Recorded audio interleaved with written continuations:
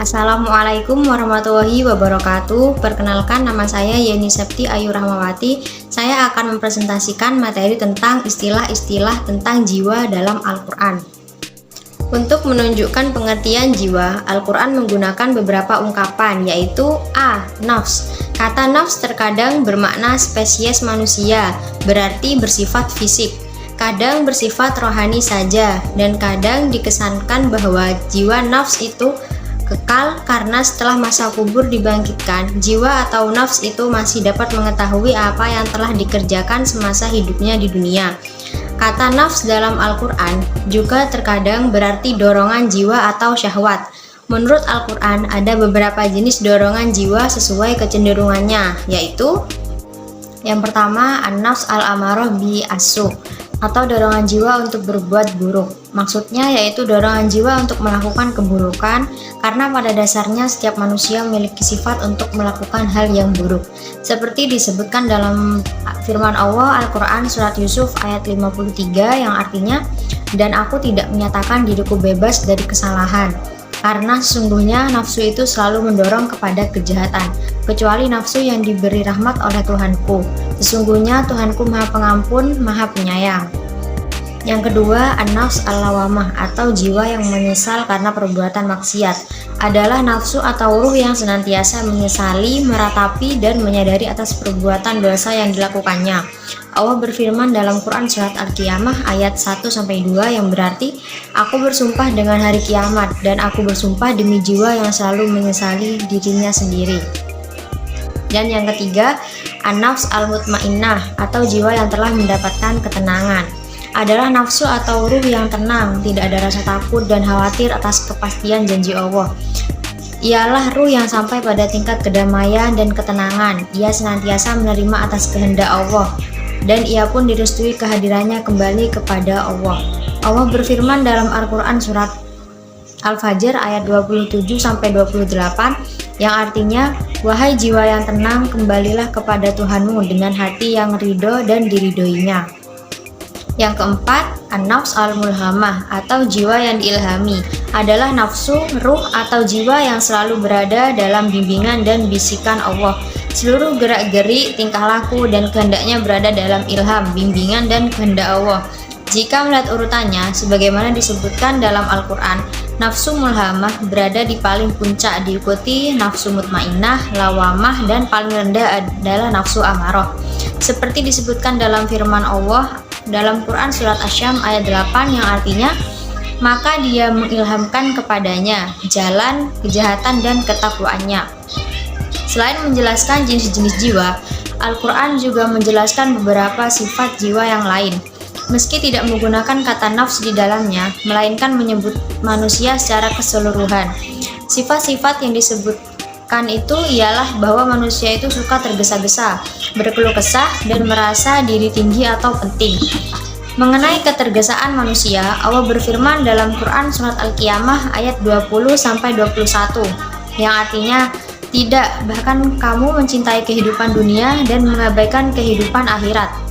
Maksudnya adalah kebanyakan manusia tergesa-gesa dalam menyelesaikan urusan dunia, padahal keuntungan yang didapatkan tidak seberapa, sedangkan mereka lalai dalam urusan akhirat.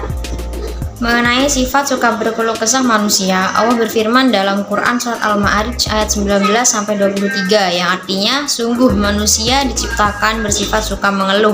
Apabila dia ditimpa kesusahan, dia berkeluh kesah, dan apabila mendapat kebaikan atau harta, dia jadi kikir, kecuali orang-orang yang melaksanakan sholat, mereka tetap setia melaksanakan sholatnya." Mengenai kebiasaan manusia merasa diri tinggi atau penting, Allah berfirman dalam Quran Surat Al-Fajr ayat 15-18 yang artinya, "Maka adapun manusia, apabila Tuhan mengujinya lalu memuliakannya dan memberinya kesenangan, maka dia berkata, 'Tuhanku telah memuliakanku.' Namun apabila Tuhan mengujinya lalu membatasi rezekinya, maka dia berkata, 'Tuhanku telah menghinaku.' Sekali-kali tidak, bahkan kamu tidak memuliakan anak yatim dan kamu tidak saling mengajak memberi makanan orang miskin." B. Qalb. Qalb berarti jiwa atau hati. Tentang kata itu juga diartikan dengan akal, dalam arti orang dapat mempunyai jiwa atau hati tapi tidak menggunakan akalnya. Sebagaimana dijelaskan oleh firman Allah dalam Quran surat Al-Hajj ayat 46 yang berarti, maka tidak pernahkah mereka berjalan di bumi sehingga hati mereka dapat memahami, memikirkan, telinga mereka dapat mendengar. Sebenarnya bukan mata itu yang buta, tetapi yang buta ialah hati yang di dalam dada. Al-Quran menyematkan beberapa sifat pada qalb sehingga membentuk macam-macam hati. Sifat-sifat yang diberikan oleh Al-Quran pada qalb manusia diantaranya, yang pertama, al-qulub al-guluf, atau hati yang terkunci mati. Seperti disebutkan dalam firman Allah, Al-Quran surat Al-Baqarah ayat 88 yang berarti, dan mereka berkata, hati kami tertutup. Tidak, Allah telah melaknat mereka itu karena keingkaran mereka, tetapi sedikit sekali mereka yang beriman. Menurut Al-Baidawi dalam tafsirnya, mengutip Ibnu Jarir Abi Syaibah dan Ibnu Jarir mengatakan bahwa hati yang tertutup ialah hati orang-orang kafir, bukan hati orang-orang mukmin atau hati orang-orang munafik.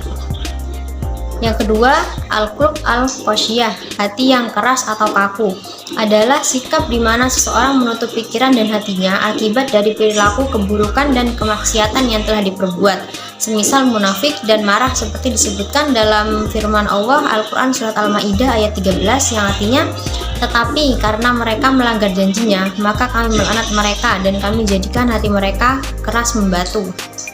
3. Al-qulub al-munkirah, atau hati yang ingkar. Allah berfirman dalam Quran surat An-Nahl ayat 22 yang artinya, Tuhan kamu adalah Tuhan yang Maha Esa. Maka orang yang tidak beriman kepada akhirat, hati mereka mengingkari keesaan Allah dan mereka adalah orang-orang yang sombong.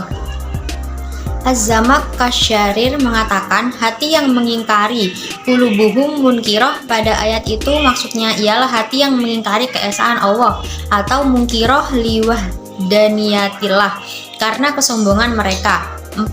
Al-qulub al-lahiyah, atau hati yang lalai, adalah hati yang tidak tahu diuntung dan tidak sadar manakala diingatkan dengan berbagai petunjuk dari perintah dan larangan Allah, seperti yang telah disebutkan dalam firman Allah Quran surat Al-Anbiya ayat 1-3 yang artinya, telah semakin dekat kepada manusia perhitungan amal mereka, sedang mereka dalam keadaan lalai dengan dunia, berpaling dari akhirat. Setiap diturunkan kepada mereka ayat-ayat yang baru dari Tuhan, mereka mendengarkannya sambil bermain-main, hati mereka dalam keadaan lalai.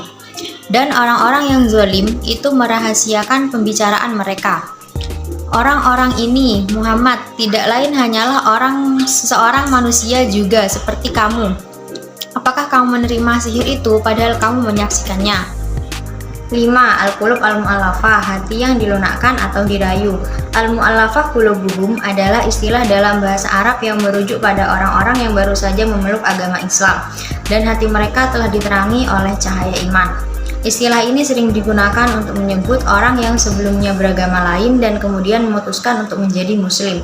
Allah berfirman dalam Quran surat At-Taubah ayat 60 yang artinya, sesungguhnya zakat itu hanyalah untuk orang-orang fakir, orang miskin, amil zakat yang dilunakkan hatinya, mu'allaf. Mu'allaf di sini memiliki hubungan dengan zakat karena mereka termasuk dalam salah satu golongan penerima zakat, yaitu mu'allafatul qulub, atau orang-orang yang baru saja memeluk agama Islam dan masih membutuhkan bantuan dalam memperkuat iman dan keislamannya. Yang keenam, al-qalb as-salim, hati yang bersih atau damai. Al-qalb as-salim adalah istilah dalam agama Islam yang berarti hati yang bersih dan suci dari segala bentuk kekotoran dan penyakit spiritual seperti nafsu, kebencian, iri hati, dan lain sebagainya.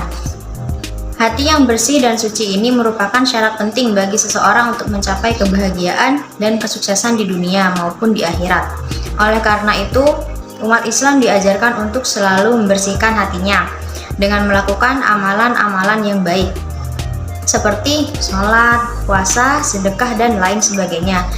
Dengan memiliki hati yang bersih dan suci, seseorang akan lebih mudah meraih ridho Allah SAW dan mendapatkan kebahagiaan sejati dalam hidupnya.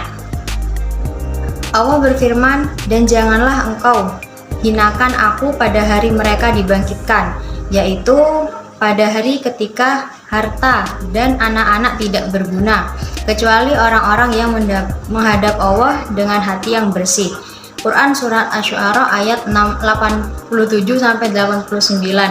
C. Ruh. Kata ruh dijamakkan menjadi arwah. Kata ini termasuk kelompok kata mustarok homonim yang memiliki banyak arti. Dalam Al-Quran, kata ruh ini memiliki banyak arti pula, antara lain: 1. Ruh berarti Al-Quran atau kenabian yang dijelaskan dalam Quran Surat Asy-Syu'ara ayat 52. Yang kedua, ruh berarti malaikat atau Jibril yang dijelaskan dalam Quran Surat Al-Baqarah ayat 87. Yang ketiga, ruh berarti daya hidup yang merupakan misteri ilahi yang dijelaskan dalam Quran Surat Al-Isra ayat 85. Mengenai hubungan roh dengan jiwa, Ar-Raghib Al-Isfahani dan Ibnu Manzur mempersamakan keduanya dengan menjadikan Surat Al-An'am ayat 93 sebagai dalilnya, yang artinya, alangkah ngerinya sekiranya engkau melihat pada waktu orang-orang zalim berada dalam kesakitan sakaratul maut, sedang para malaikat memukul dengan tangannya sambil berkata, keluarkanlah nyawamu. Dengan ungkapan lain, jiwa itu sama dengan roh sebagai daya hidup. Dari sini dapat dipahami bahwa roh dan jiwa memiliki hubungan resiprokal dalam konteks kematian. Artinya, pada saat roh tidak ada, maka jiwa pun demikian. Namun, ada pula ulama yang membedakan keduanya. Menurut mereka, bila roh merupakan daya hidup, maka jiwa adalah daya pikir atau kesadaran. Argumen pendapat ini pun berasal dari Al-Quran, yakni firman Allah memegang nyawa seseorang pada saat kematiannya, dan nyawa seseorang yang belum mati ketika dia tidur.